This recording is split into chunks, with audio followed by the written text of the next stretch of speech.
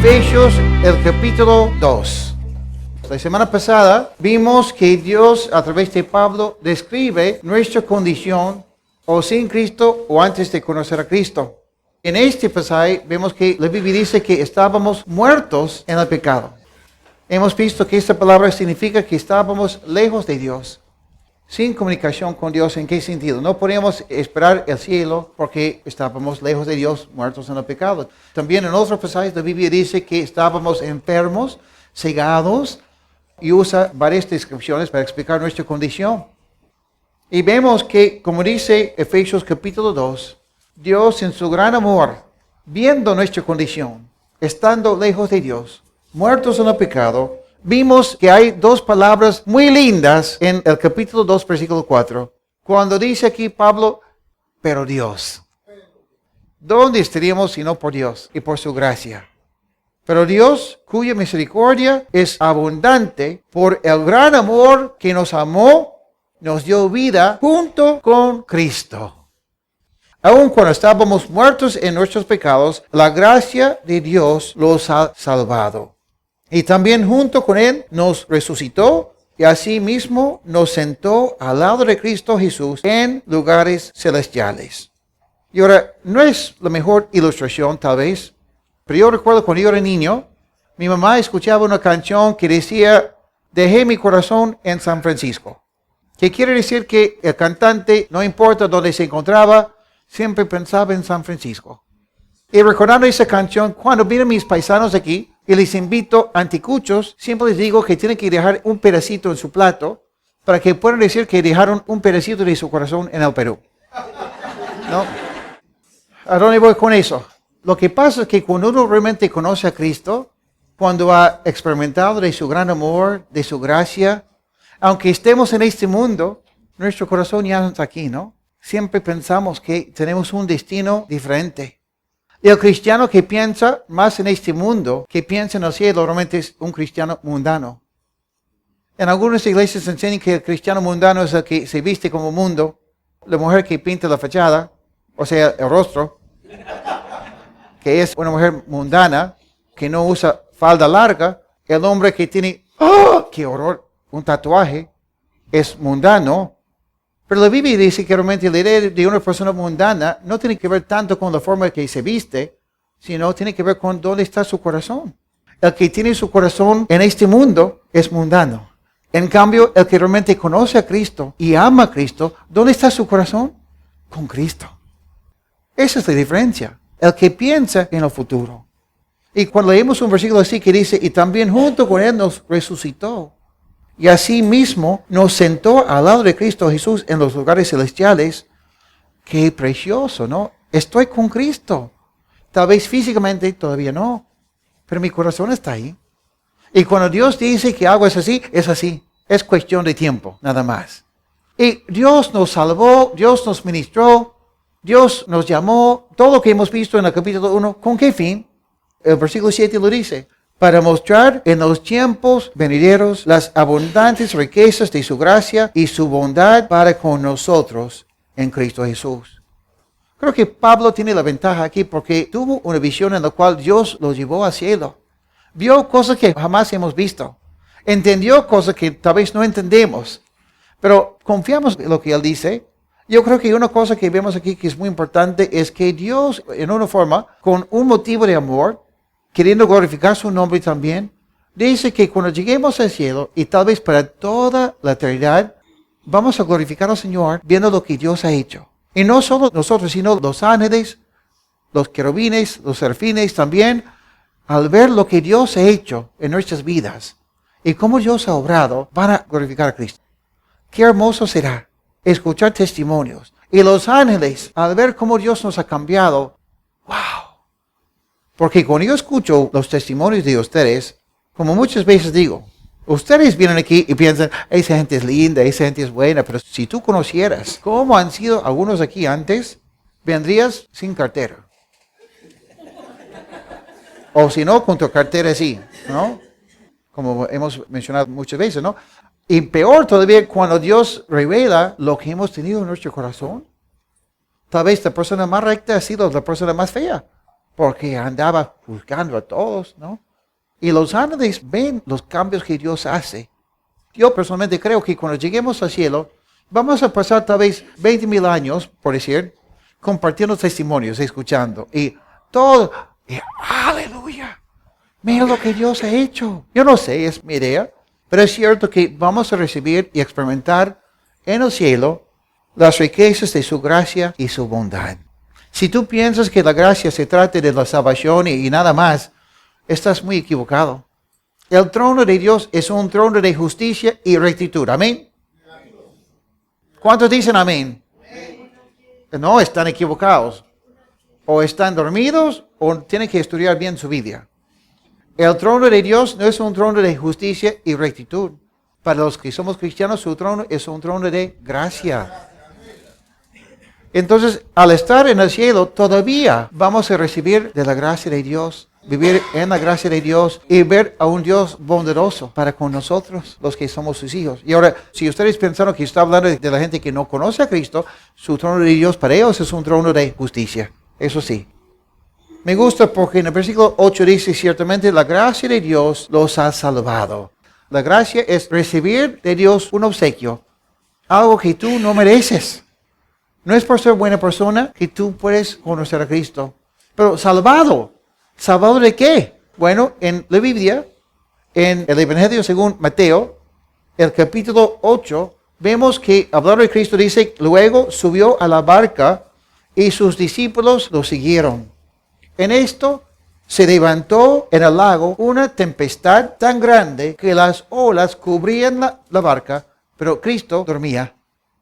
Sus discípulos lo despertaron y le dijeron, Señor, sálvanos, que estamos por naufragar. Ellos dijeron, sálvanos. Estaban en una tormenta, pensaban que iban a perderse la vida. Por eso clamaron a Cristo, sálvanos. Ellos esperaban una salvación física. Pero vemos que esa historia también tal vez ilustra nuestra realidad sin Cristo. Y tenemos que clamar al Señor y decir, Señor, estoy perdido sin ti. Estoy en medio de una tormenta, no sé qué hacer, no hay esperanza, muchas olas grandes en mi vida, muchos problemas. ¿Qué hago? Señor, sálvame. La Biblia también habla de otra historia que es importante porque vemos aquí en Efesios 2:8 que somos salvos por la gracia de Dios. Y después dice, por medio de la fe. Por medio de la fe. En Lucas capítulo 18 hay una historia en los versículos 35 al 43 que es bien importante. Versículo 35 dice, cuando Jesús estuvo cerca de Jericó, junto al camino estaba sentado un mendigo ciego. Al oír a la multitud que pasaba, preguntó qué era lo que sucedía. Y cuando le dijeron que Jesús de Nazaret estaba pasando por ahí, comenzó a gritar, Jesús, hijo de David, ten misericordia de mí. Los que iban al frente lo reprendían para que se callara. Pero gritaba más aún, Hijo de David, ten misericordia de mí. Entonces Jesús, me encanta, se detuvo y mandó que lo llevaran a su presencia. Cuando el ciego llegó, Jesús le preguntó, ¿qué quieres que haga por ti? Esa es una buena pregunta. Y el ciego respondió, Señor, quiero recibir la vista.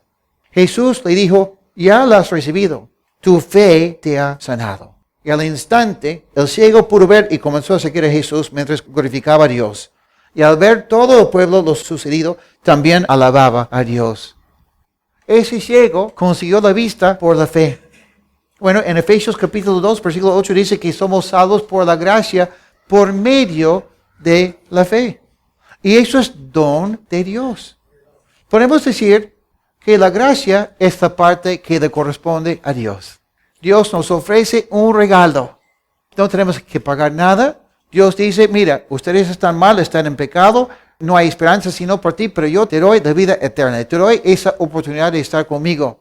Tus pecados perdonados. Y ahora, ok, Señor, si es gratis, ¿qué tengo que hacer? Bueno, ¿qué haces cuando una persona te ofrece un regalo?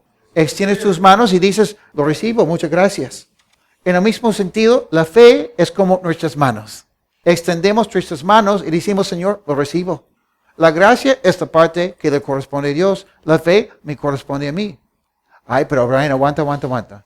No dice aquí, por gracia, por medio de fe, es don de Dios. O sea, ¿no dice aquí que la fe también es un don de Dios? Por supuesto que sí. Si no fuera por Dios, tú no tendrías fe. Pero también la Biblia dice, en otro lado, que Dios ha dado a cada hombre una medida de fe. Y ahora es cuestión de lo que tú haces con la fe que Dios te ha dado. En Romanos capítulo 1 dice que la gente conoció a Dios, pero no dio gracias a Dios, no glorificó a Dios y Dios los entregó a sus pasiones vergonzosas. No es cuestión de que la persona no cree. Honestamente, hasta el ateo realmente cree. Pero ¿qué hace con su fe? Con vergüenza les cuento que hace unas 3 semanas más o menos comencé a ir al gimnasio. No se nota todavía. ¿No? Y peor todavía, me da vergüenza cuando estoy ahí después de años de no hacer ejercicios así, alzando pesas. Y voy al gimnasio pensando que soy un buen hombre, ¿no? Y me encuentro ahí con damas que alzan más pesas que yo. Pura fibra. Yo pura grasa. ¡Qué vergüenza! ¿Por qué? Porque, como ustedes saben, los músculos, si no los usamos, casi se desaparecen. ¿Músculo? ¿Qué es eso?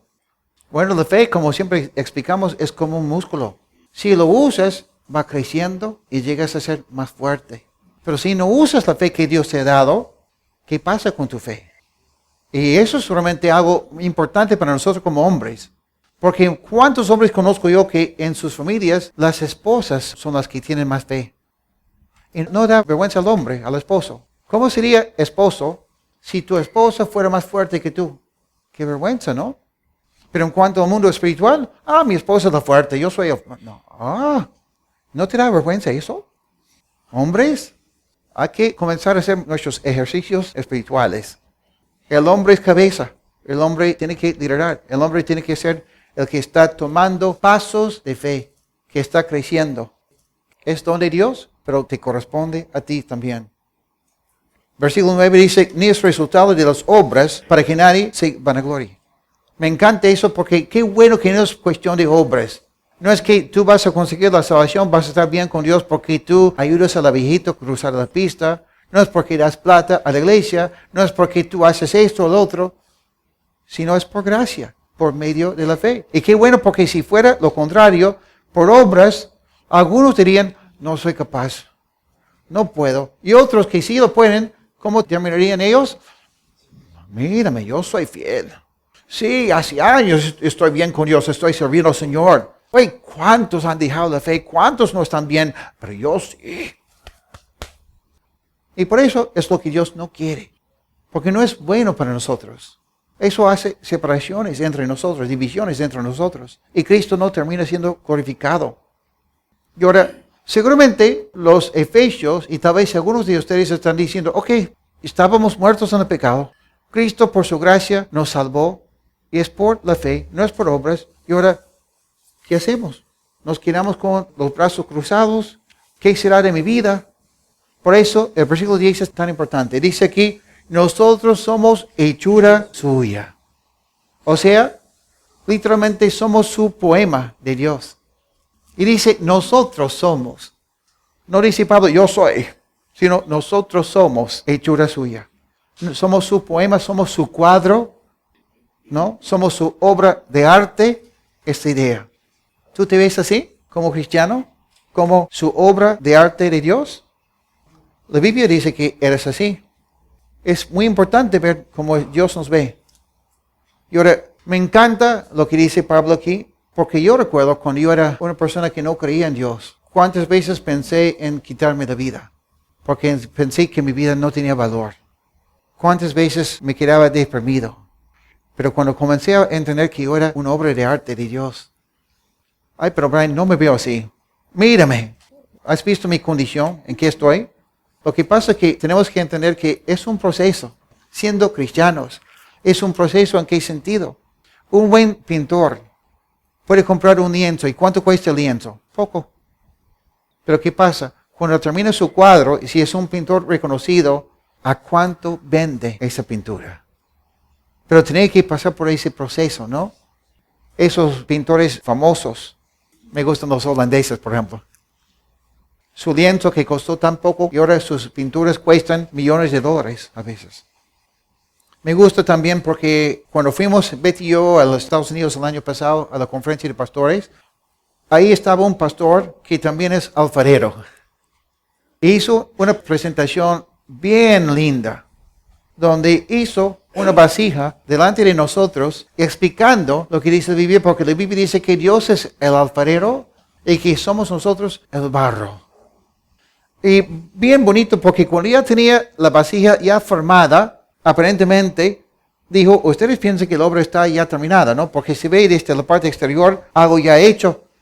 Dice, pero no, recién estoy comenzando, porque recién tengo que meter la mano. Y metió la mano adentro y comenzó a sacar cosas que no esperábamos encontrar ahí, ¿no?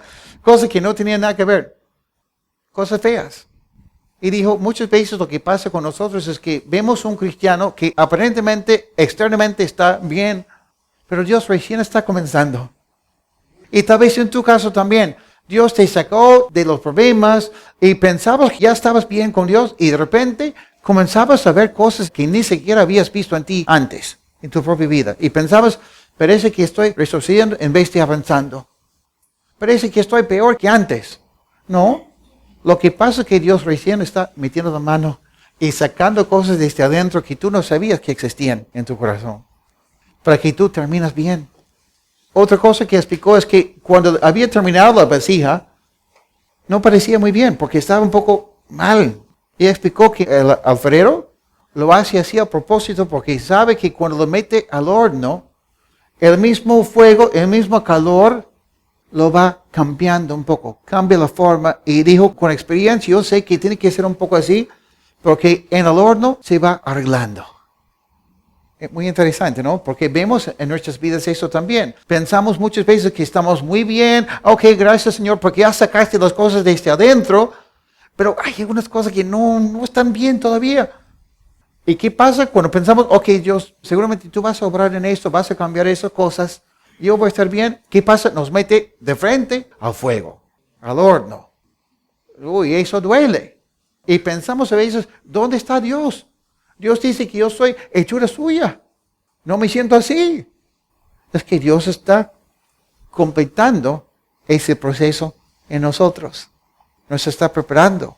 Y no hay por qué desanimarnos ni dudar de Dios en esos momentos, sino confiar que el buen alfarero sabe lo que hace en nuestras vidas. Somos hechura suya. No dice soy hechura mía. Dios tiene su propósito, nos está moldeando, nos está preparando conforme a su plan para nosotros. Qué precioso, ¿no? Me encanta porque Dios es tan creativo. Y me gusta también la imagen del barro. ¿Cuántos de ustedes, si ustedes invitarían a una persona a su casa esta noche para tomar lonchecito, para cenar juntos, pondrían en el centro de su mesa barro? Ah, vengan, siéntense aquí está su plato, en medio hay barro. Nadie, ¿no? El barro es sucio. Imagínense que Dios, siendo el buen alfarero, significa que Él tuvo que ir buscar el barro, ensuciarse para lograr algo bonito. En el momento que comienza no es bonito. Que implica que por ser hechura suya, Cristo tuvo que ensuciarse. Cristo tuvo que meterse en ese proceso, meter la mano en nosotros para que al final terminemos siendo algo hermoso, algo presentable. Y tal vez por eso Pablo dijo en el versículo 7, para mostrar en los tiempos venideros las abundantes riquezas de su gracia y su bondad para con nosotros en Cristo Jesús. Creo que es una parte, ¿no? Tal vez cuando lleguen al cielo van a ver a Brian en el museo, ahí, como una vasija que Dios ha hecho, ¿no? En un sitio con su lucecita así, y ahí voy a estar calvo, o tal vez con pelo, no sé, en el cielo. Y va a ser algo lindo para Dios, para ustedes y para mí también, porque somos hechura suya. Otra cosa que vemos aquí es que el barro no es nada. Otra vez, no tiene mucho valor. Barro es barro. ¿Qué hacemos con barro? Por eso variamos, ¿no? Porque no queremos el barro, pero Dios sí lo quiere. Lo que para nosotros es barro, para el alfarero es tesoro. Es algo útil, ¿no? Esta semana, hace 2 días más o menos, leí un testimonio de un chinito, pero chinito de los Estados Unidos. Y dice que él creció en la ciudad de Chicago. Y dice que en ese tiempo en su barrio no vivían muchos chinitos. Y dice que en su barrio todos los chicos jugaban deporte bastante. Y él no era bueno. Y por eso los chicos los fastidiaban bastante. Y sus padres, trabajando siempre como buenos chinos, y con problemas en su matrimonio, no tenía mucho tiempo para su hijo. Y dice que pasando los años se metió en una vida homosexual. Y después comenzó a vender drogas. Y dice que al final le chaparon la policía con 9 toneladas de marihuana. Porque era el que distribuía a los demás narcotraficantes que vendían. Y estaba con una sentencia de por lo menos 10 años en el penal y hasta más. Y dice que justo en ese tiempo, cuando estaba esperando su sentencia, su mamá se enteró de que era homosexual y era narcotraficante también. Él no sabía que su mamá y su papá ya habían tomado su decisión de por fin divorciarse, que no era sorpresa para él. Él estaba viviendo en otra ciudad y su mamá estaba viajando a su casa de ese chinito, su hijo, para despedirse de su hijo y quitarse la vida.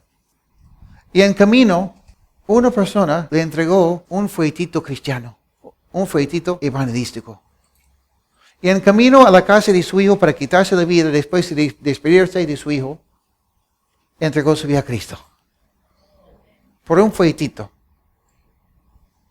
Y su vida de su mamá cambió. Su mamá se quedó con él 6 semanas.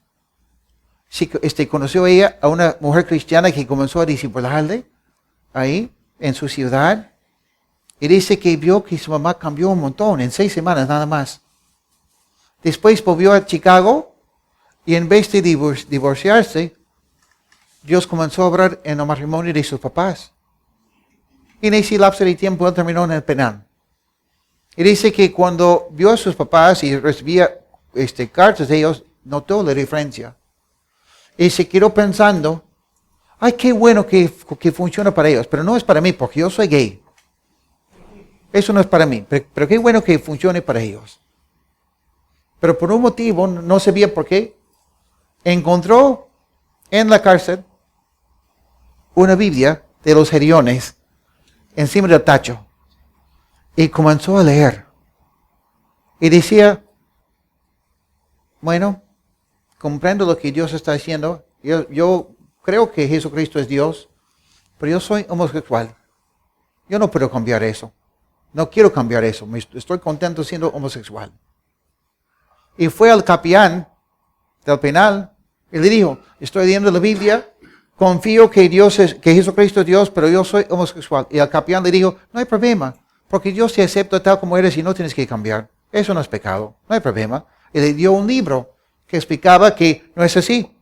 Y dice que leía el libro que decía, está bien ser homosexual, no es pecado, y leía la Biblia. Y decía, el libro dice así, pero Cristo dijo así. El libro dice que está bien, Cristo dice que es pecado. El libro dice que no tengo que cambiar, la Biblia dice que puedo cambiar. Y al final, Cristo ganó. Y entregó su vida a Cristo. Dejó su vida homosexual. Y hoy día es pastor. Y está predicando la palabra. ¿Saben qué? Dios es capaz de tomar barro y hacer algo hermoso con ese barro. Dios es capaz de tomar tu vida, que tal vez para ti no vale mucho, y hacer algo espectacular. Somos hechura suya, si somos sus hijos. Y si no eres hijo de Dios, te invito a entregar tu vida a Cristo hoy día. Porque la Biblia dice que la salvación es por gracia, por medio de la fe.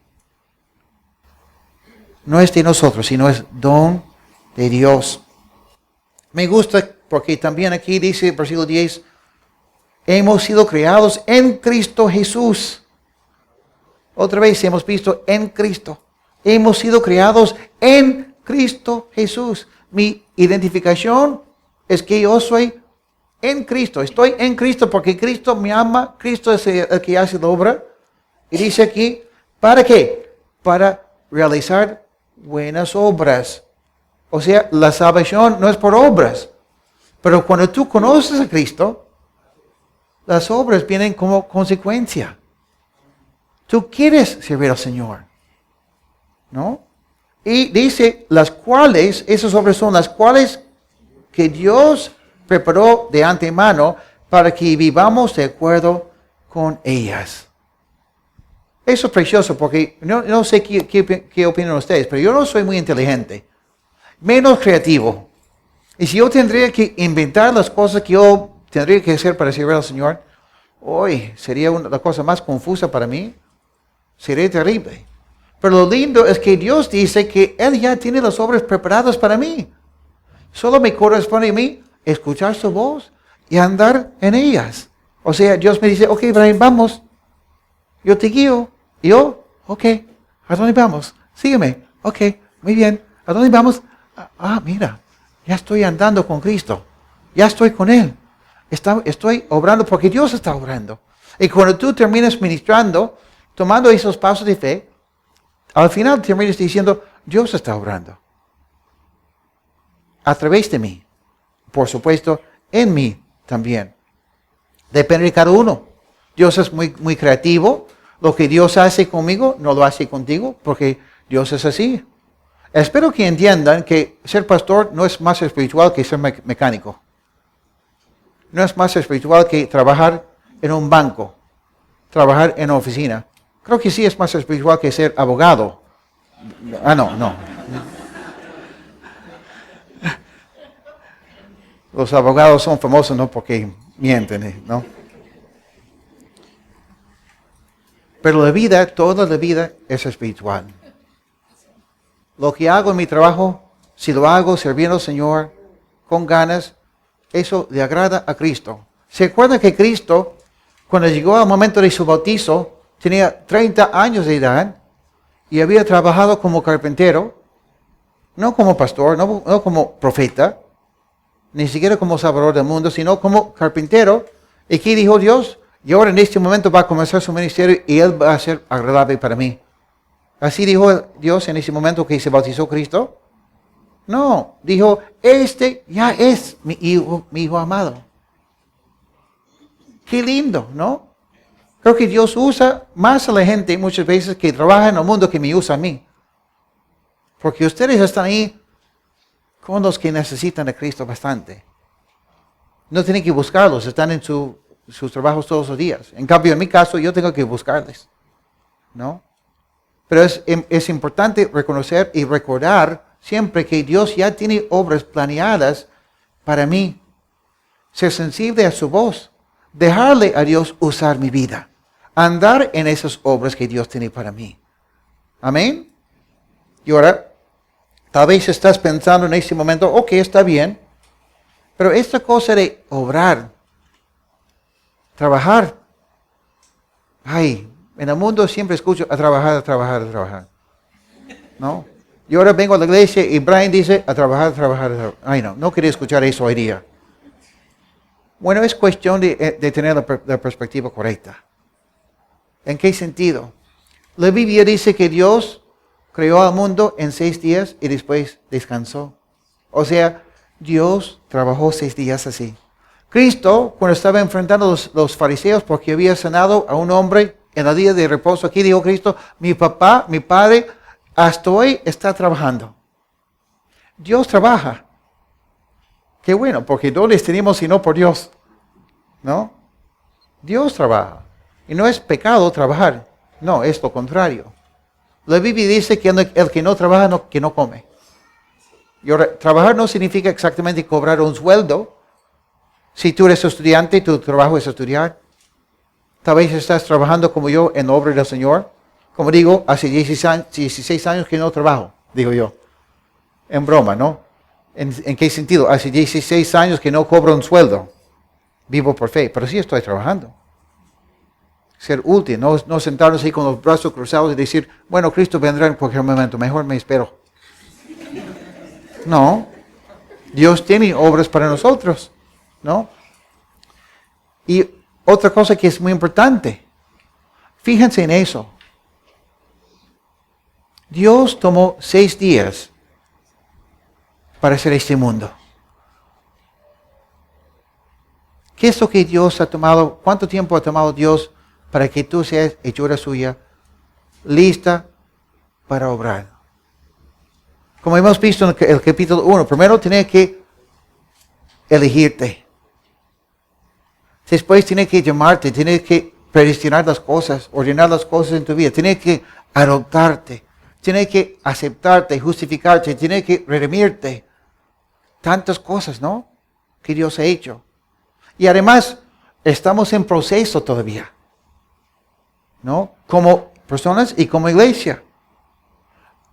Hablando de la iglesia, podemos decir en este sentido que la obra comenzó cuando Cristo murió en la cruz por nosotros.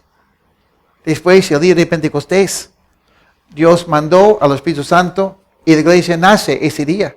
Hechos capítulo 2. Después vemos a Pedro, buen judío, siempre comiendo lo que los judíos comen y no comiendo lo que los gentiles comen, ¿no? Y un día está con hambre, está en la azotea. ¿Se acuerdan? Está con hambre y Dios le da una visión, baja una sábana con animales inmundos para los judíos y Dios le dice, mate y come. Y Pedro dice, yo jamás he comido esos animales inmundos. Y Dios dice, no llamas inmundo a lo que yo llamo puro. Y Pedro termina en la casa de un gentil que realmente necesitaba escuchar el Evangelio, ¿no? Y estando ahí en la casa, Pedro ni siquiera termina su prédica y esos gentiles creen en Cristo y terminan todos hablando en lenguas. Ese es mi sueño, que pase aquí un día, ¿no? Pero en la forma bíblica, ¿no? Hoy sería estupendo, ¿no? Que pase la semana que viene, ¿no? Y después llama a Pablo y le dice, Pablo, tú serás mi testigo para los gentiles. Y después, a través de los siglos, hombres protegiendo siempre las sagradas escrituras cuando el enemigo quería destruirlas.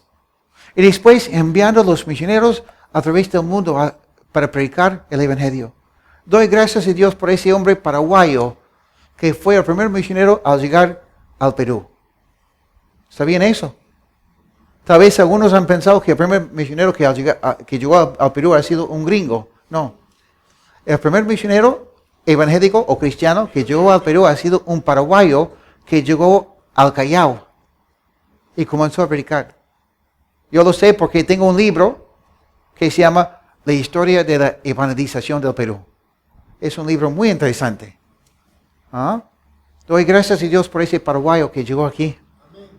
Doy gracias a Dios por la fidelidad de Dios en cuanto a este país. Doy gracias a Dios porque Dios nos ha dado esa oportunidad de estar juntos hoy día, estudiando su palabra. Dios ha hecho muchas obras. Y hasta el día de hoy Dios está obrando. Y como muchas veces explicamos, en el mundo tu jefe te dice, ok, quiero que cumplas con ese deber. Vas a hacer esto y después vuelves. Pero con Cristo no es así. Cuando Cristo te manda obrar, Él va contigo. Nunca te deja solo. Porque Él sabe que tú no puedes hacerlo solo.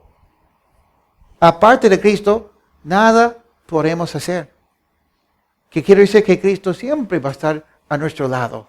Siempre va a tomar la iniciativa y nosotros simplemente tenemos que seguirle. Y ahora tal vez la siguiente pregunta que vendría a nuestra mente es, ok, ¿con quiénes voy a trabajar? Estaba hablando con Sheila hace unas semanas y me dice, Brian, conseguí un trabajo nuevo y lo bacán es que yo sé con quiénes voy a trabajar.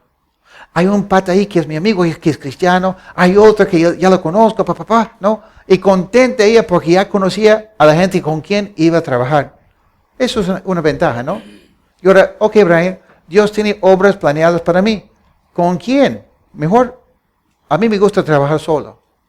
Bueno, dice que nosotros somos hechura suya. Y vamos a ver eso. Pero en el versículo 11, dice Pablo, por lo tanto, ustedes que por nacimiento no son judíos y que son llamados incircuncisos por los que desde su nacimiento han sido físicamente circuncidados, deben recordar esto. En aquel tiempo ustedes estaban sin Cristo, vivían alejados de la ciudadanía de Israel eran ajenos a los pactos de la promesa, vivían en este mundo sin Dios y sin esperanza. A veces es bueno recordar de dónde venimos, ¿no? En un mundo sin esperanza y sin Cristo. Dice, pero ahora me gusta, ¿no? En el versículo 4 vimos, pero Dios. En el versículo 13, pero ahora, en Cristo Jesús, ustedes que en otro tiempo estaban lejos, han sido acercados por la sangre de Cristo. La sangre preciosa del Señor. No hay otra así. Porque Él es nuestra paz. De dos pueblos hizo uno solo, al derribar la pared intermedia de separación y al abolir en su propio cuerpo las enemistades. Él puso fin a la ley de los mandamientos expresados en ordenanzas para crear en sí mismo de los dos pueblos una nueva humanidad haciendo la paz y para reconciliar con Dios a los dos en un solo cuerpo mediante la cruz, sobre la cual puso fin a las enemistades. En el Antiguo Testamento, en el tabernáculo donde los judíos alababan al Señor, Dios ordenó que ellos tenían que tener un sitio específico, especial para los gentiles. Pero era un sitio para los gentiles y los judíos tenían que alabar al Señor en otro lado. Pero cuando vino Cristo y murió en la cruz por nosotros, eso terminó destruido. Ya no hay separación entre los judíos y los gentiles en el tiempo de Cristo. ¿Ya? Y eso es muy importante porque Cristo, al llegar y predicar el Evangelio, y después cuando los apóstoles comienzan a predicar también, vemos algo bonito. Dicen que los cristianos primitivos, los primeros cristianos, cuando la gente preguntaba, ¿ustedes qué son? ¿Son judíos o son gentiles? Ellos decían, somos de una raza nueva. Ya no somos ni judíos ni gentiles, sino somos cristianos. Una raza nueva. Me gusta eso, ¿no? Porque tal vez en nuestro tiempo aquí en Lima no es cuestión de judíos y gentiles. Honestamente, tal vez aquí en Lima es cuestión de los que tienen y los que no tienen. Es cuestión de los que son limeños y los que son de la sierra. O los que son de la sierra o los que son de la selva. ¿No? Los que tienen la piel más blanca, los que tienen la piel más oscura, los que tienen los ojos chinitos, los que no. Pero vemos que en Cristo Jesús este racismo tiene que desaparecer. Y aunque yo soy gringo y ustedes son peruanos, lo más importante es que somos hermanos. Y lo más importante es que somos hijos de Dios. Somos de la misma familia del Señor. Todos diferentes. Gloria a Dios por eso, ¿no? Qué bueno que no todos somos iguales. Pero qué bueno que tenemos algo en común. Que es más importante de la raza, más importante de la cultura, más importante del país en el cual nacimos, sino es la sangre de Cristo. ¿Con quién voy a trabajar? Entonces, ¿qué dice aquí? ¿Cómo? Claro, con los hermanos en la fe. ¿No? Eso es muy importante y muy lindo. Muy bien. Versículo 18 dice, por medio de él, unos y otros tenemos acceso al Padre en un mismo espíritu. Por lo tanto, ustedes ya no son extranjeros ni advenedizos, sino conciudadanos de los santos y miembros de la familia de Dios. Y están edificados sobre el fundamento de los apóstoles y profetas, cuya principal piedra angular es Jesucristo mismo. Me encanta eso. ¿Por qué? Porque, como expliqué la semana pasada, yo sé lo que significa ser extranjero. Pero en Cristo no. En Cristo yo soy parte de su reino. Pero me gusta también porque aquí vemos algo sumamente importante. Dice que están edificados sobre el fundamento de los apóstoles y profetas. Hermanos, tenemos que permanecer en la palabra de Dios. Tenemos que permanecer en las enseñanzas de los apóstoles y profetas. Apóstoles, los que realmente son los fundadores de la iglesia cristiana, por supuesto. lo que estamos haciendo en este momento, las enseñanzas de Pablo, de Juan, de Pedro, etc. Y los profetas, ¿por qué? Porque los profetas nos hablan de que la palabra de Dios es real, que es palabra de Dios. ¿Por qué? Porque los profetas, por ejemplo, profetizaban acerca de la primera venida de Cristo. Y vemos que sus profecías se cumplen en Cristo. También profetizaban acerca de la segunda venida de Cristo. Y vemos que esas profecías se están cumpliendo también. Por eso podemos tener confianza en la palabra de Dios. Lamentablemente, muchos hoy en día están olvidándose o alejándose de las enseñanzas de la palabra. Y eso realmente no solamente me da tristeza, sino causa mucha confusión en las iglesias. Péguense a la palabra del Señor. Tan importante. Porque vemos que Cristo es la piedra angular. La piedra angular.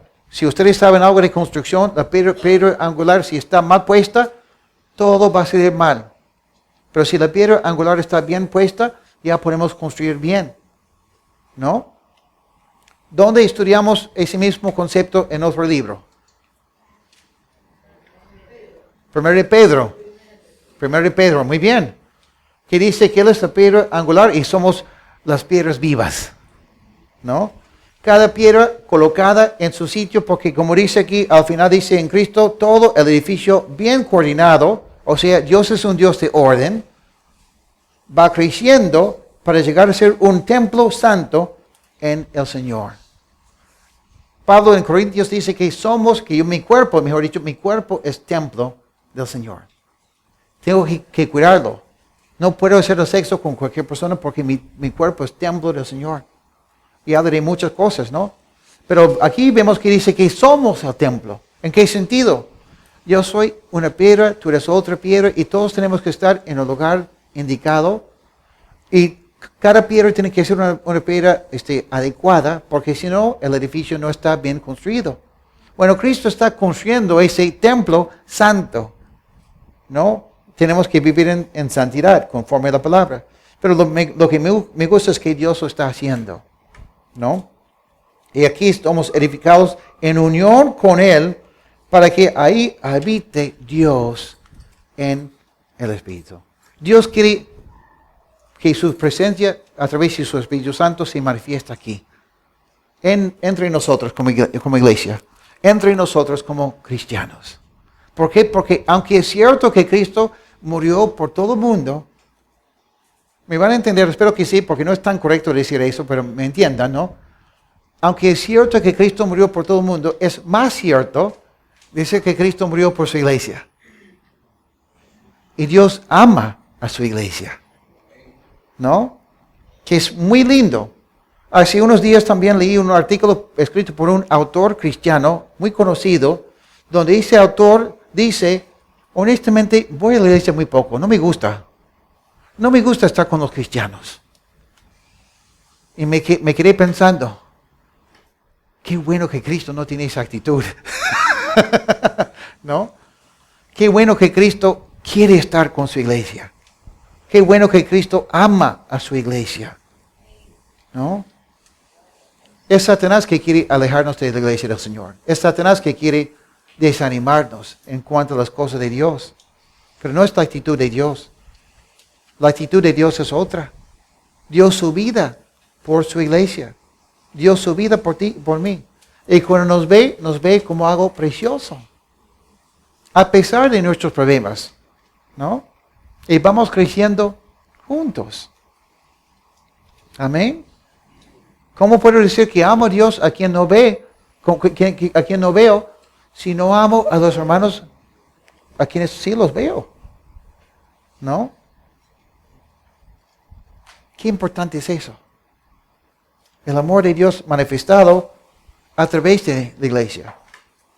¿No? Bueno, Dios es tan bueno y tan fiel para con nosotros que nos da esas escrituras que nos hablan de quiénes somos en Cristo, que por lo menos en mi caso, me anima bastante. estudiar eso, ¿no? Ver que Dios es el que está ordenando las cosas.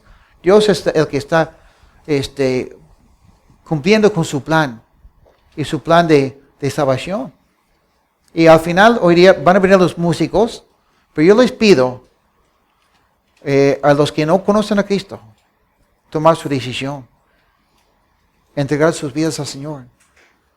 Porque el Señor nos ama tanto que dio su vida por nosotros. Él quiere que tú seas parte de su reino. ¿Qué es lo que tienes que hacer? Arrepentirte. O sea, estás caminando lejos de Dios y comienzas a caminar hacia Cristo. Su meta ya es Cristo, ¿no? Y así comienzas. Y cuando ya has comenzado, seguramente van a haber pruebas, dificultades. Tenemos un enemigo que va a querer que nosotros nos alejemos del Señor, pero no te rindas.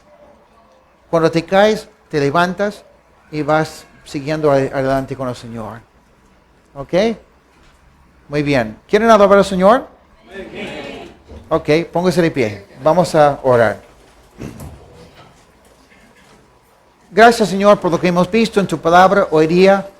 Gracias, Señor, porque somos hechura suya. Gracias porque tú tienes obras planeadas para nosotros y solamente tenemos que andar en ellas. Porque somos realmente ese barro que tú estás transformando en una obra de arte. Somos ese cuadro que siendo un lienzo no tenía valor, pero cuando tú comienzas a hacer tu obra, todo cambia. Gracias porque somos tu poema, Señor, algo que tú expresas a través de nosotros. Y Señor, gracias por amarnos tanto. En tu santo nombre oramos hoy día. Amén.